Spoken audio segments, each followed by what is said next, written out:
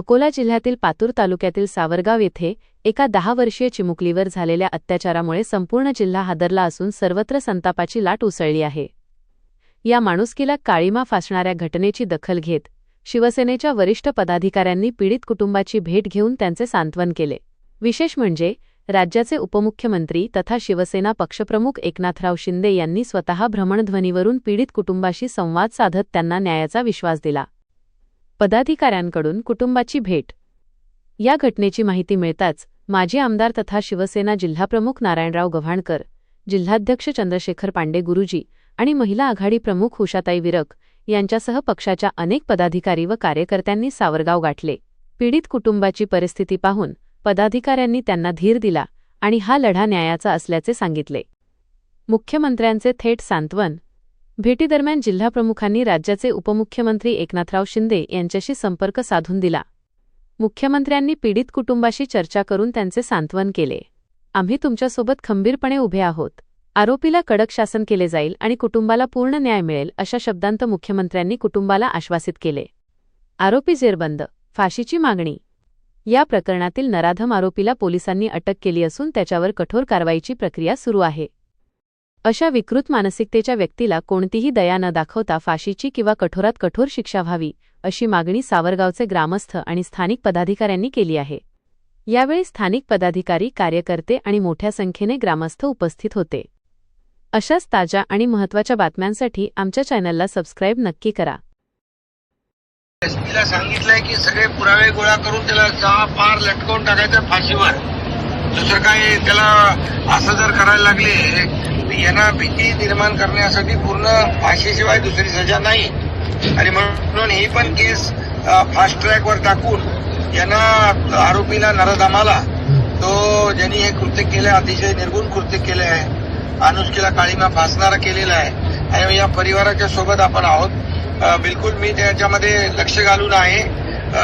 Day to day त्याच्यामध्ये काय काय प्रगती होते ते मी पाहतोय आणि आरोपीला कठोर शिक्षा म्हणजे छोट्या बच्चूवर हे अत्याचार केला तर त्याला फाशी झाली पाहिजे अशा प्रकारची मागणी सरकारच्या वतीने आपण कोर्टामध्ये करणार आहोत। वाईट प्रसंग झालेला आहे, तुमच्यावरचा प्रसंग तो आमचा प्रसंग आहे असं समजून आपण मी त्याच्या मागे आहे बिलकुल आणि त्याला फाशीची शिक्षा व्हायला पाहिजे यासाठी सगळे प्रयत्न आपण करू। शिवसेनेच्या वतीनं, शिंदे साहेबांच्या वतीनं आम्हा या जे काही पदाधिकारी उपस्थित आहेत यांच्या वतीनं मी त्या ठिकाणी त्यांना त्यांच्या पाठीशी धीर देण्याचं काम आम्ही केलं। म्हणून या ठिकाणी जे दुःखद प्रसंग हा घडलेला आहे त्या कुटुंबाला सांत्वन करण्याचं काम शिवसेनेने या ठिकाणी केलं आहे।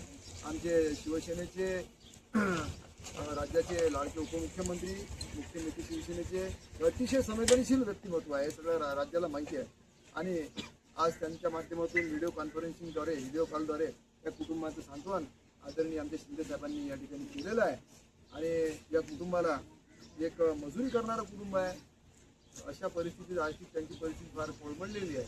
अशा परिस्थितीमध्ये या कुटुंबाला एक आधार म्हणून 1 लाख रुपयाची मदतसुद्धा शिंदे साहेबांनी पक्षाच्या वतीने या ठिकाणी केलेली आहे। त्या मुलीच्या भविष्यासाठी ती एफडी करून ते मुलगी अपंग असल्यामुळे तिला एक आधार म्हणून शिवसेनेने तो आधार दिलेला आहे। आणि दुसरे आमचे लोकसभेचे संपर्क प्रमुख, शिवसेनेचे उपनेते डॉक्टर राजेंद्र साळवी साहेब यांनी सुद्धा व्हिडिओ कॉलद्वारे या कुटुंबाचं सांत्वन या ठिकाणी केलेलं आहे। आम्ही सगळेजण या परिवाराच्या पाठीशी खंबीर उभे आहोत। येणाऱ्या काळामध्ये या पोलीस स्टेशनमध्ये जाऊन सुद्धा आम्ही त्या ठाणेदारांची चर्चा केलेली आहे आणि हे चार्जशीट अतिशय मजबूत बनवून येणाऱ्या काळामध्ये या नराधमाला फाशीची शिक्षा झाली पाहिजे असं वचन शिंदे साहेबांनी दिलेलं आहे आणि आम्ही सुद्धा आम्ही शिवसेना म्हणून त्याला फाशीची शिक्षा झाली पाहिजे आता पाठपुरावा आम्ही निश्चितपणाने करू। अशा प्रकारे दुर्दैवी घटना परत अकोला जिल्ह्यामध्ये होऊ नये याची सुद्धा काळजी आम्ही घेऊ। या गावामध्ये खास करून सरपंच साहेब राठी साहेब जे आहेत त्यांनी या ठिकाणी तक्रार नोंदवलेली आहे की टपऱ्या असतील, पानटपऱ्या असतील किंवा इतर टपऱ्या असतील असे अवैध धंदे इथे सुरू आहेत। त्याच्या माध्यमातून दारूचा सर्रास विक्री या ठिकाणी होते।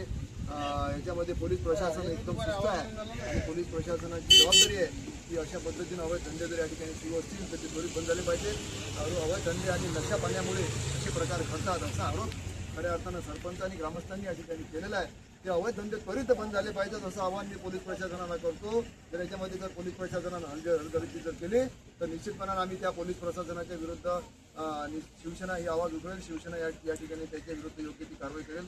याची सुद्धा नोंद पोलीस प्रशासनानं या ठिकाणी घ्यावी आणि पातूर तालुक्यातील सगळे अवैध धंदे पोलीस प्रशासनानं बंद करावे असा इशारा या निमित्ताने आपल्याला देत आहे. 2 दिवसाच्या आत यात कारवाई झाली पाहिजे, अन्यथा शिवसेना स्टाईलनं आम्ही याचं उत्तर देऊ. हे आपले शिवसेनेचे आपले जिल्हा प्रमुख नारायणरावजी गव्हाणकर साहेब, पांडे गुरुजी, बाळासाहेब तायडे, तालुका सर्व आम्ही पदाधिकारी इथं भेटायला आलो साहेब. 10 वर्षाची मुलगी आहे, तिच्यावर बलात्कार झाला परवाला पातूर तालुक्यात. नाही त्याला तर मी आपल्या याच्याशी एसपीशी माझं बोलणं झालं आहे आणि एसपीला सांगितलंय की सगळे पुरावे गोळा करून त्याला 6 पार लटकवून टाकायचं फाशीवर. दुसरं काय त्याला असं जर करायला लागले यांना भीती निर्माण करण्यासाठी पूर्ण फाशीशिवाय दुसरी सजा नाही. आणि म्हणून ही पण केस फास्ट ट्रॅकवर टाकून यांना आरोपीला नराधमाला तो ज्यांनी हे कृत्य केलं अतिशय निर्गुण कृत्य केलं आहे, अनुष्केला काळीमा फासणारा केलेला आहे आणि या परिवाराच्या सोबत आपण आहोत. बिलकुल मी त्याच्यामध्ये लक्ष घालून आहे. डे टू डे त्याच्यामध्ये काय काय प्रगती होते ते मी पाहतोय आणि आरोपीला कठोर शिक्षा म्हणजे छोट्या बच्चूवर हे अत्याचार केला तर त्याला फाशी झाली पाहिजे अशा प्रकारची मागणी सरकारच्या वतीने आपण कोर्टामध्ये करणार आहोत. वाईट प्रसंग झालेला आहे, तुमच्यावरचा प्रसंग तो आमचा प्रसंग आहे असं समजून मी त्याच्या मागे आहे बिलकुल आणि त्याला फाशीची शिक्षा व्हायला पाहिजे यासाठी सगळे प्रयत्न आपण करू.